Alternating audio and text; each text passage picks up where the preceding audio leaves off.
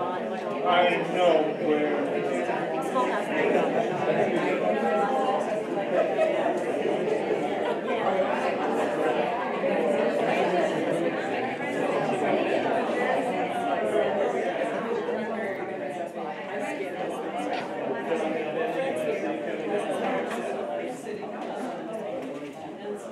Okay.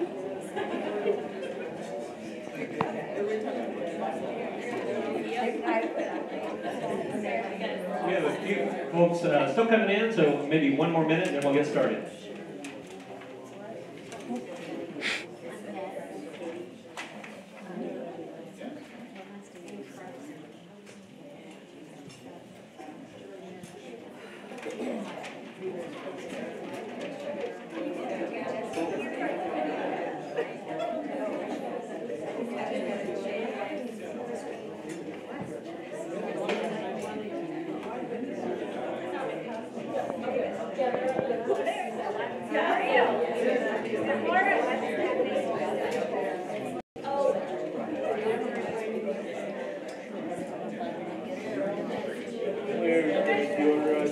Okay, we're going to go ahead and get this evening's program started.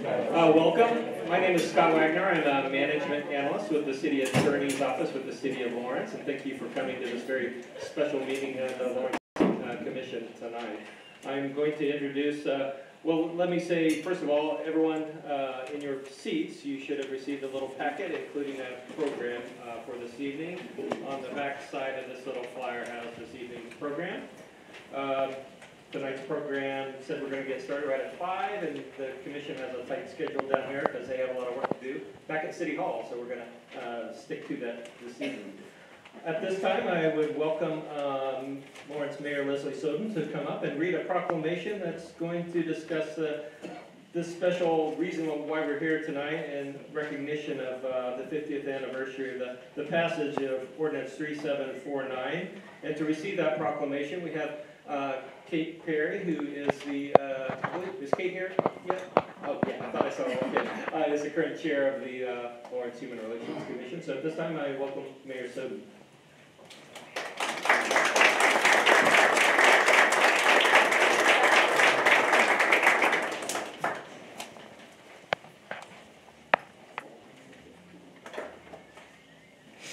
All right, so I have a proclamation, but I did have some words that I wanted to speak that I wrote a little speech today.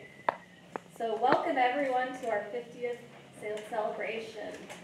We're gathered here at the Watkins Museum as this was City Hall 50 years ago. It's a pretty cool space. I can't imagine shoving everyone in here this time around. So I want to thank everyone for coming here to help celebrate this occasion. This is an important date to reflect on the rights we all now take for granted, rights that had to be fought for. I'm fortunate enough to have always lived in a time when housing discrimination has been illegal, an important protection that we shouldn't take for granted today. Today we want to honor and thank those that helped to fight for these protections, and we're blessed to have many of these people here with us today. First, I'll read the proclamation, and then we will pass the baton over to our MC tonight, Scott Wagner. All right, let me get that. I'm not used to not having reading glasses. I got new contacts today. It feels a little awkward not reaching for them. So I'm going to wear them just out of habit. All right.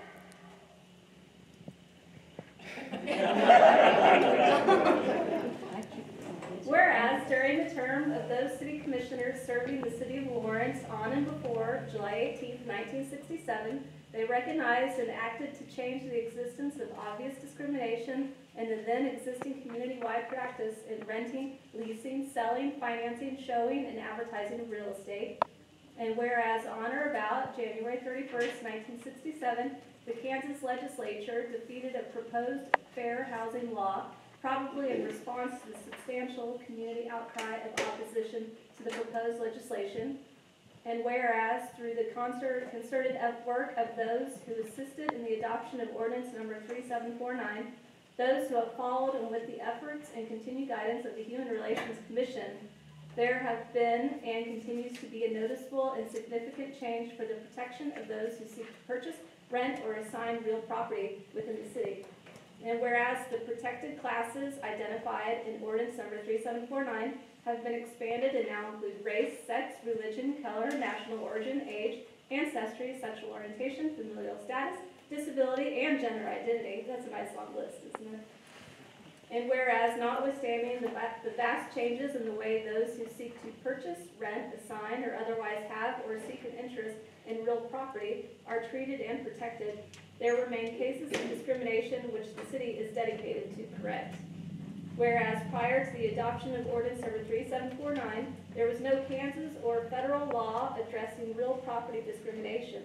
Therefore, the city of Lawrence is to be recognized for its creation and adoption of ordinance number 3749, which we now celebrate on the occasion of its 50th anniversary.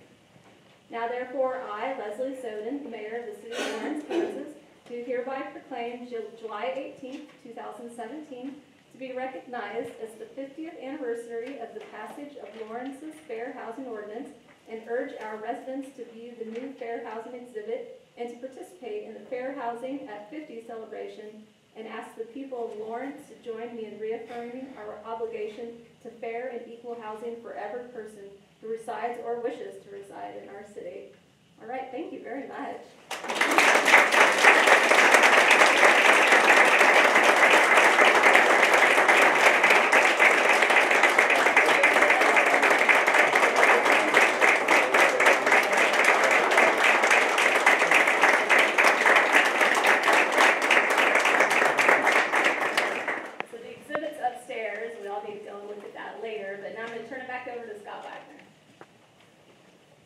Thank you, Mayor Soden. Before I introduce the invited guests tonight, I want to make a special recognition of Vice Mayor Stuart Bowling. He's going to come up and make a few remarks as well. Vice Mayor Bowling first brought this to our attention nearly 2 years ago, this passage of this ordinance, and has been an advocate for recognizing the importance of this event. So thank you, Vice Mayor Bowling, and the rest of the City Commission for being here this evening, and Vice Mayor is going to make a few comments.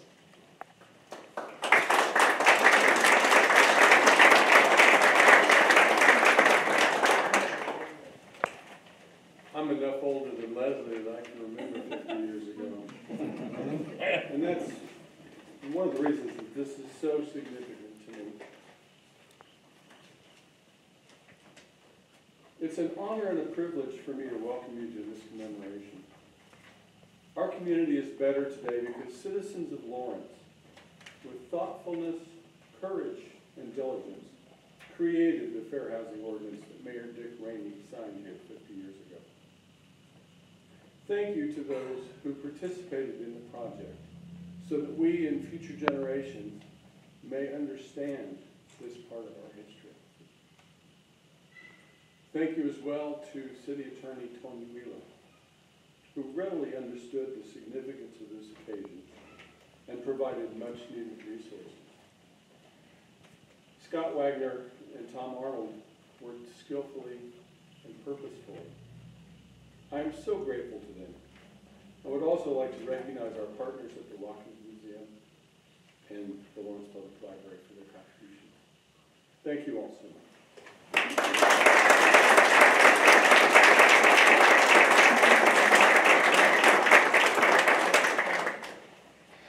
Well, thank you, Vice Mayor Bowling. At this time, I would invite, I plan to introduce some of the special guests the city invited in Watkins to this special commemoration this evening.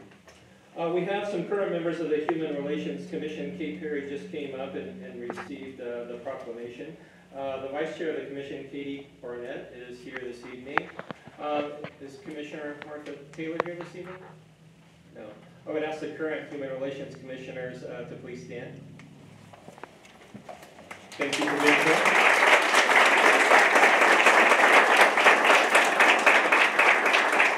I know I also invited some of the former Human Relations Commissioners, aside from Judge Six, which I'll introduce in a minute, to please be recognized tonight. Is Scott Creaky here? He's the past chair of the commission.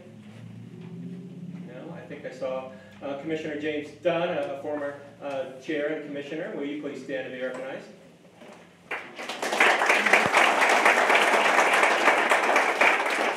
Very good. good. Have I missed any other former Human Relations Commissioners? Very good. Other invited guests were board members of the Watkins Museum, and I don't have that list of names. Are there any current board members of Watkins present here this evening? Please stand and be recognized.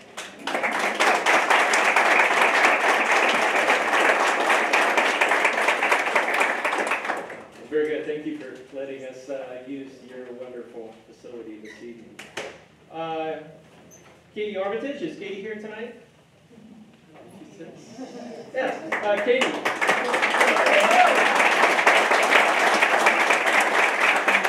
Katie is a local historian and supporter of preserving Lawrence history. Katie was active in the League of Women Voters in the 1960s, which was another organization that was influential in pushing for passage of the Fair Housing Ordinance.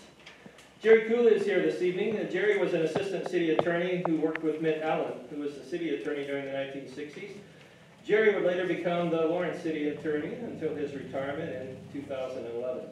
Jerry still works part-time in the city attorney's office as a contract attorney, and Jerry was a key resource as we put together the exhibit and as we pushed through the oral history project as just an advisor that lived through this era. So Jerry, thank you for being here this evening. Jerry Cooley.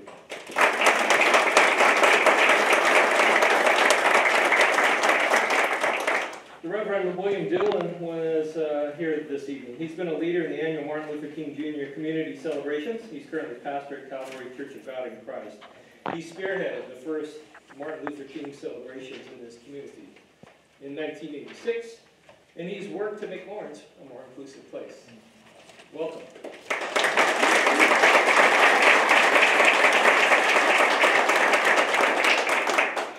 Did Mike Ghetto make it here this evening? Mike Ghetto? No. Okay. Lee Ketzel is here this evening, and she's sitting next to Richard and Phyllis Sapp. The Sapps and Ms. Ketzel, please stand.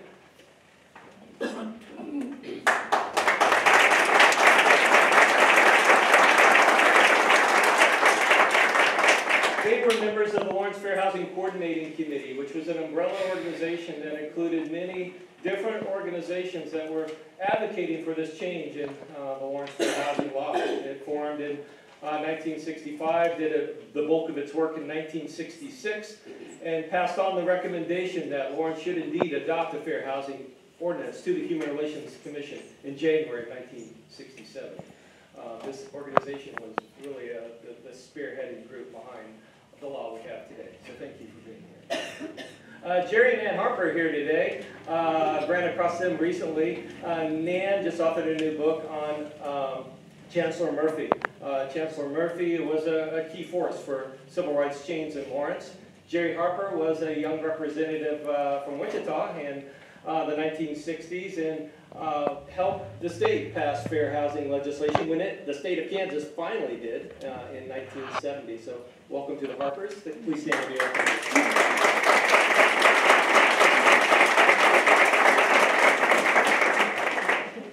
Ursula Miner is here tonight. Ursula is the current president of the Lawrence branch of the NAACP and is on our program this evening. In the 1960s, the Lawrence NAACP was one of the major proponents of the fair housing law. The organization's leader in the 1960s, Mr. Jesse Milan, who was a Lawrence school teacher at the time and also president of the NAACP, was a key force for this civil rights change in Lawrence, and he wanted to be here this evening. Are there other members of the Lawrence NAACP here this evening? Please stand and be recognized as well as Ursula.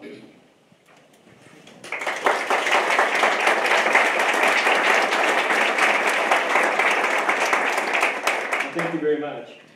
I was very hopeful when we began our celebrations and recognitions last fall that Lawrence Mayor Dick Rainey could be here. He was able to attend several of our events that we held in the last few months. He signed the ordinance into law right here in this building in July 1967. Is there any members of the Dick Rainey family here tonight? Okay. Well, at this time I'm going to introduce Fred Six. In 1967, Justice Six was the secretary of the Lawrence Human Relations Commission. As an attorney on the board, he was tasked with drafting and researching the ordinance. Fred was the principal author of that ordinance with help from others that became the city's first fair housing law. He later went on to serve as Justice of the Kansas Supreme Court. So at this time, I'm introducing retired Kansas Supreme Court Justice Fred Six to make a few remarks this evening. Welcome.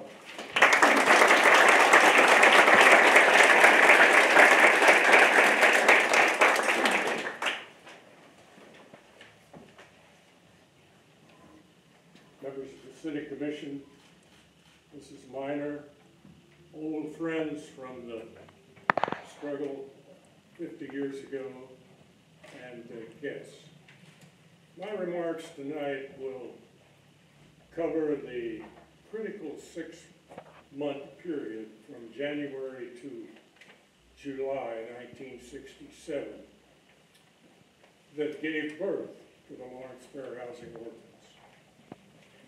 My remarks will be flavored with respect for my 8 deceased colleagues who are listed in your program.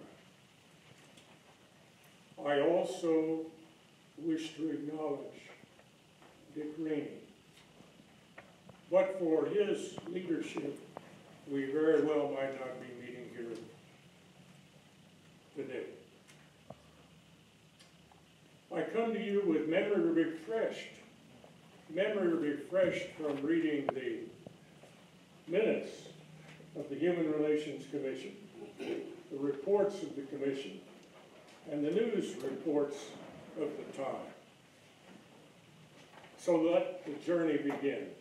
It was a cold night right here, January 4, 1967, 8 p.m. in the evening. Our Human Relations Commission met up in the City Commission room, which is on the top floor to the west.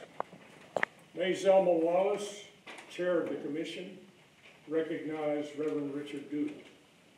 Reverend Doolin was affiliated with Plymouth Church and their student ministry at KU. And he presented a petition to the commission on behalf of the Fair Housing Coordinating Commission. Now the commission was joined by Church Women United, the NAACP, the Lawrence Religious Reliance, and other groups as well. After Reverend Doolin presented his petition, our chair, Mrs. Wallace, recognized Jesse Myland, who spoke on behalf of the NAACP. Jesse had come to Lawrence in 1954, hired by the Lawrence School District. And he shared with us his difficulties in finding housing from the years 54 to 67 as an African American. Jesse was followed by Louise Lane. Louise lived over at 808 Alabama, and she worked at KU with wives of graduate students and faculty coming to KU from other lands. And she shared with our commission the difficulties of finding housing for those guests brought to Lawrence. Then the chair recognized Leonard Kemp.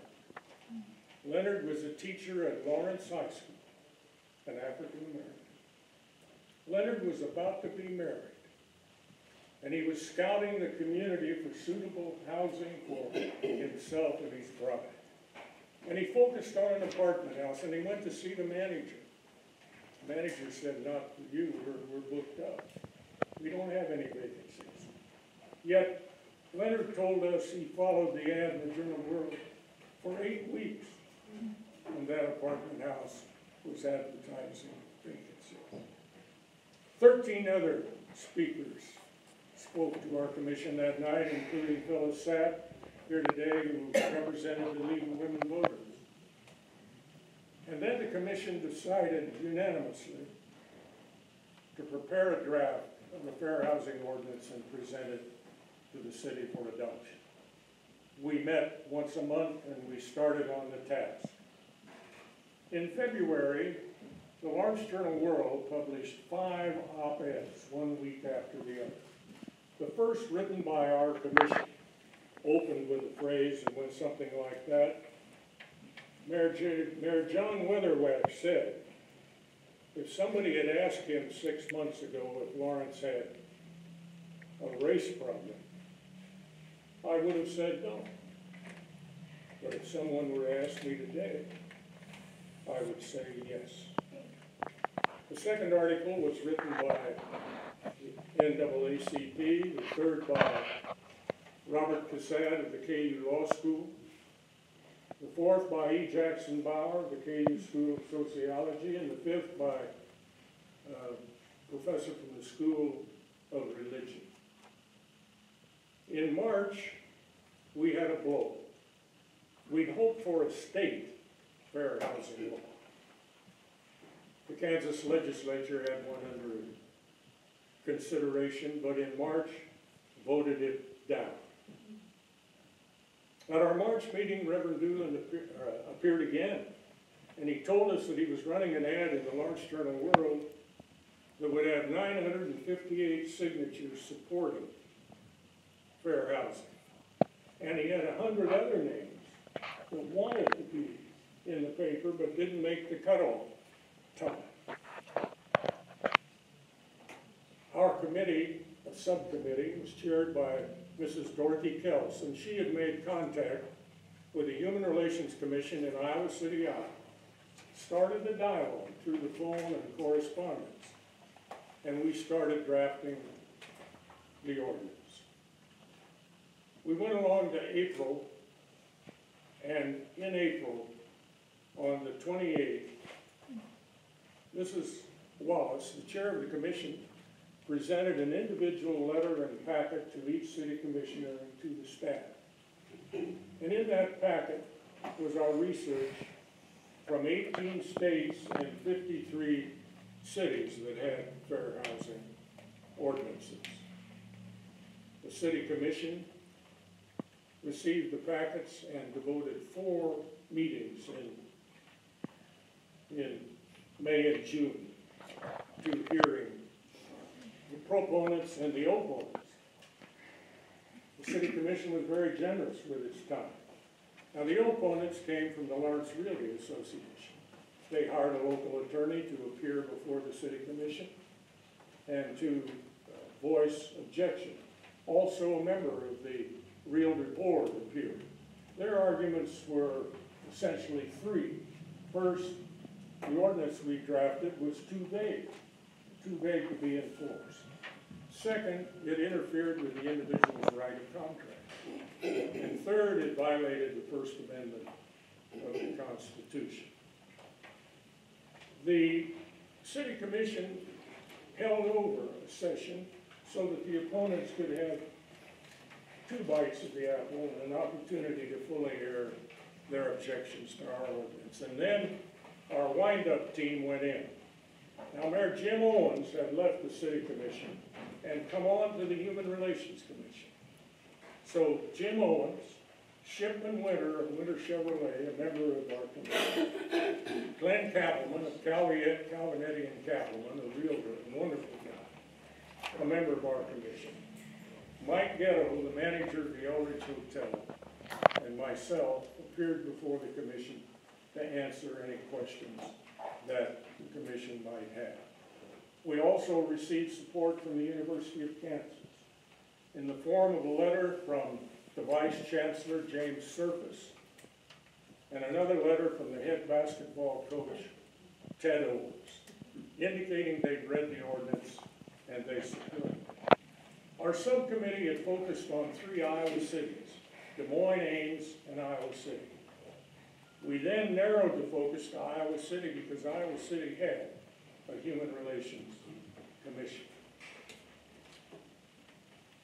You've heard that 50 years ago today, Mayor Dick Rainey signed the ordinance. During our commission years, 65, 66, and 67, we heard many examples of discrimination in our city in other areas: employment, education, and recreation. Lawrence had no public swimming pool. But those are stories for another day. I close with a salute to the current city commission and staff, and to the director of this museum and staff for recognizing and celebrating the significance of fair housing in our city. Thank you.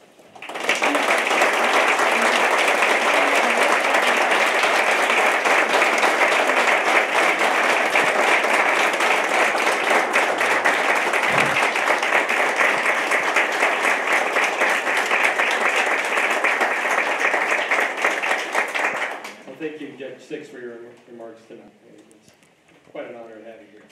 At this time, I would welcome Ursula Miner, the current president of the Lawrence NAACP, to come forward, and she has a few prepared remarks. I feel like the Human Relations Commission has partnered recently with the NAACP, and I know Ursula was recognized at the Community Martin Luther King Awards in January and received an award that evening. So a true current leader in our civil rights efforts in Lawrence, Ursula Miner.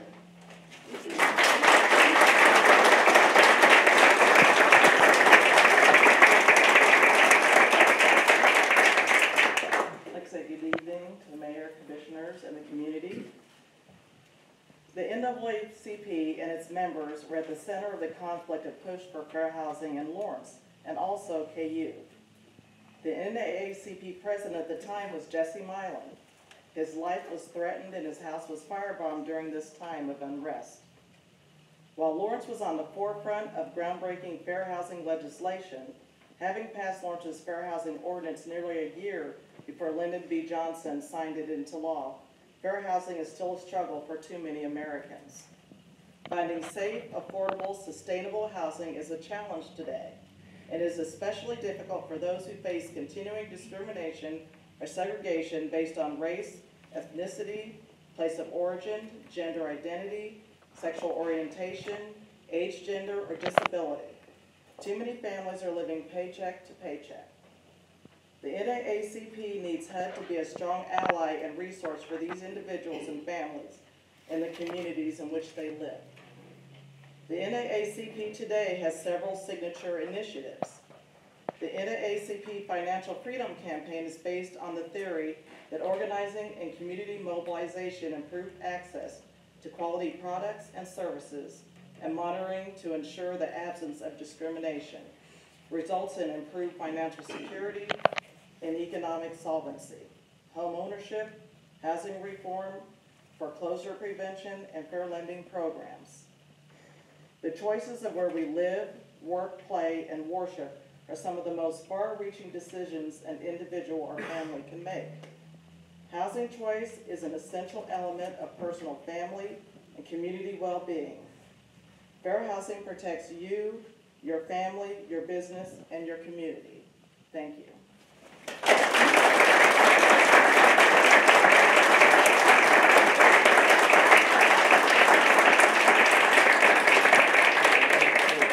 Thank you, Ursula, for being here tonight in our ongoing work to enforce the city's fair housing law.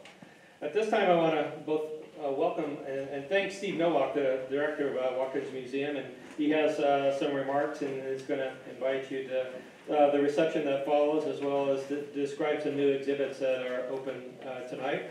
I want to thank Steve for the partnership in pulling off tonight's event, as well as the partnership in helping the city create this really, I think, amazing exhibit upstairs that's unveiled for the first time tonight that tells the story of how our fair housing law was adopted. So welcome, Steve Nowak.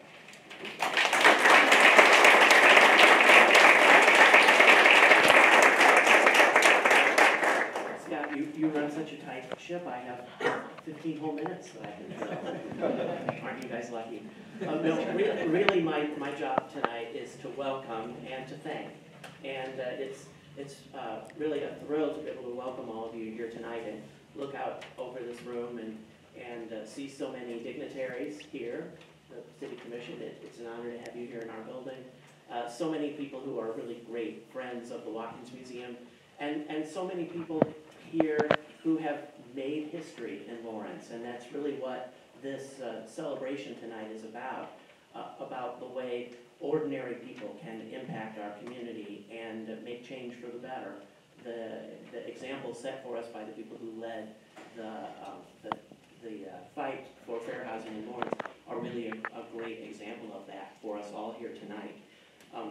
I guess this is sort of reciprocal. I would like to thank Scott Wagner, the city attorney's office, and all of the people that we've worked with at the city of Lawrence. It's been fantastic to partner with you. Being able to be involved in an important celebration of a significant milestone in Lawrence history is something that the Watkins Museum is very honored to be a part of, and we certainly hope that this is the first of many opportunities to work with you to remember the really terrific events in our community's really inspiring history. There are many other people to thank. I'd also like to thank the people who have shared their stories about the experiences that they had as part of the fight for fair housing here in Lawrence. People willing to share those kinds of reflections help to make our understanding of history so much richer. I also want to thank Tom Arnold, whose research and the interviews that he did as part of his oral history project really formed the basis for our deeper understanding and our interpretation of this significant event in Lawrence history. The oral histories that he developed are available for everyone, thanks to the digital Douglas County History Portal, which is available through the Lawrence Public Library. They were tremendous partners with us in making all of the information that was uncovered as we looked back at the history of this event available for everyone to see. Or in the case of oral histories, I guess that should be here. Thank you.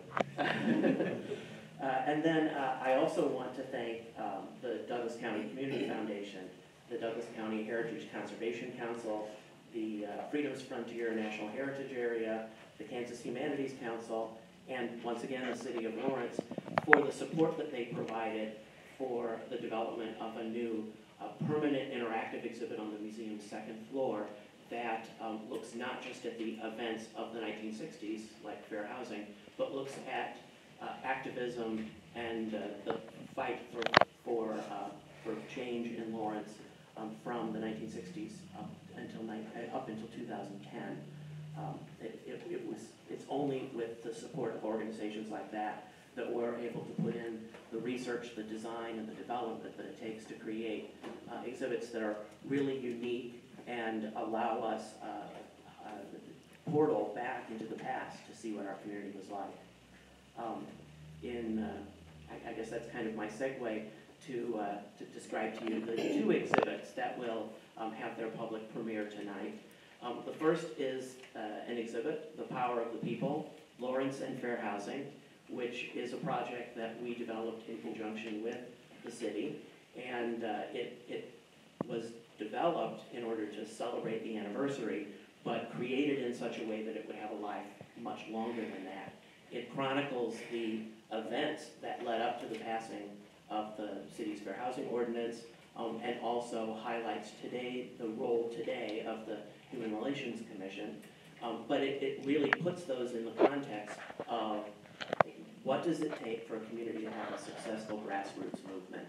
And we hope that the exhibit, framed in that way, will be something that can inspire people to look at our community and find ways of making life better for all of us. The exhibit is planned to travel. It will be shown at different sites that the city helps arrange for us. We also are looking to get the exhibit into schools, thinking that it has a great educational value in helping students today learn about change that took place in our community and getting a chance to see the example that people in Lawrence before then have set in their dedication to making change. The other exhibit, Enduring Struggles, Lawrence Fights for Change, 1960 to 2010, is the permanent interactive exhibit that I mentioned before. It's the result of about a year and a half's worth of work, a project that as we dug into the archives of the museum and received some new gifts from different community organizations, we realized that there was a very fascinating and inspiring chronicle of actions that individual people have taken. And the exhibit I think I can call it, exceedingly unique, not just for us, but for history museums as a whole, in the way it uses archival materials and allows people to explore a variety of topics through a series of decades, and really drill down to the actions that were taken by community members. It's an interactive exhibit that uses music and imagery and audio clips and video to really give a feel for what it's like in the past. And it's the kind of exhibit that I'm hoping will that either you will find things that you can connect to, either because you'll see people that you know, or will be exploring events that you were a part of, or I'm hoping that those actions will be inspiring to future generations of people thinking about the community and how they can make it better. That was a very long and slightly clumsy lead up to an anecdote about that exhibit that I wanted to share. And I'm spent plenty of time. We installed it the middle of last week. We put the finishing touches on it, just kind of cleaned things up, and had walked away from the exhibit. And the first visitor that just encountered it as part of their visit here to the museum was Dick Raney's daughter and her daughter. And literally the first visitors to view it. And they explored the exhibit, found the section on fair housing, which happens to be narrated by Mayor Raney from the oral history that Tom Arnold took. And they were able to have a real personal experience of connecting with their father and grandfather, and in the context of an important part of Lawrence history. I hope that we have many, many more of those kinds of occasions. This is an exhibit that's really developed in order to make that personal connection. I probably have said enough about what the exhibit is and should invite you all to visit. Scott, is there anything else that needs to be added, or? I think that wraps it up, Steve. All right, well then I will wrap it up. I will let you know that the exhibit and refreshments are available on the second floor. You can use the staircase, or we have an elevator just through the door at the back of the room. I think that's it. I want to say again, welcome to the Watkins Museum. Thank you for joining us, and enjoy your